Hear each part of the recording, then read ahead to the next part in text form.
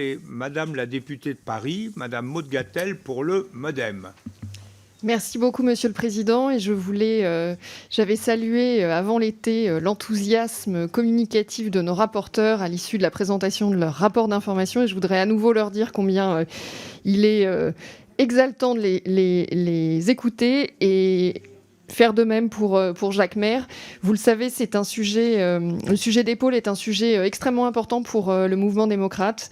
Marielle de Sarnez présidait le groupe d'études aux côtés de Jean-Luc Mélenchon, et la semaine dernière, à l'initiative de notre collègue Jimmy Pahin, l'Assemblée a fait adopter en séance une hausse du budget alloué pour 2022 à l'Institut Paul-Émile Victor, vous l'avez rappelé.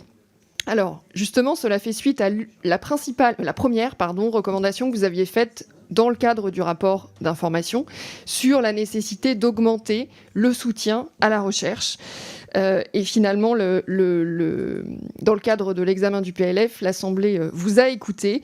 Et grâce à notre collègue Jimmy Pahin, donc je rappelle, le projet de loi de finances initiale prévoyait 2 ETP pour l'Institut Paul-Émile Victor, en plus des 2 ETP déjà financés en 2021. Et là, ce sont donc 5 supplémentaires, donc portant le total de nouveaux emplois à 7. Et je pense qu'on peut s'en réjouir. Cela s'ajoute à un budget de 7 millions sur 3 ans, de 2022 à 2024, qui seront consacrés à la rénovation de la station du Mont-d'Urville. Vous l'avez également rappelé.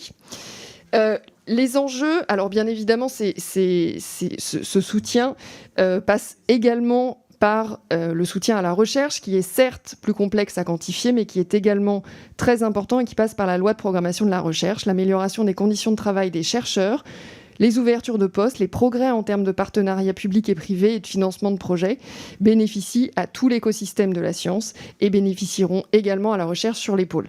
Vous l'avez rappelé, les pôles sont confrontés à des enjeux absolument majeurs.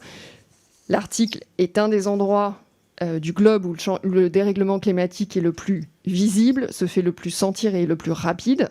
C'est également la caisse de résonance des tensions et des concurrences russo-américaines, sino-américaines, qui rendent impératif des coopérations.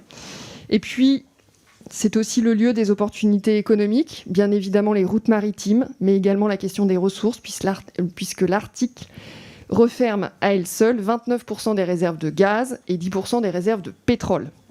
Alors, au regard de ces différents enjeux, et bien que la France ne soit pas possessionnée en Arctique, mais a un intérêt objectif, de la même manière, l'Union européenne ne fait pas partie du traité de l'Arctique. Pour autant, au regard de ces différents enjeux, pensez-vous qu'une initiative européenne commune puisse émerger ? Merci beaucoup.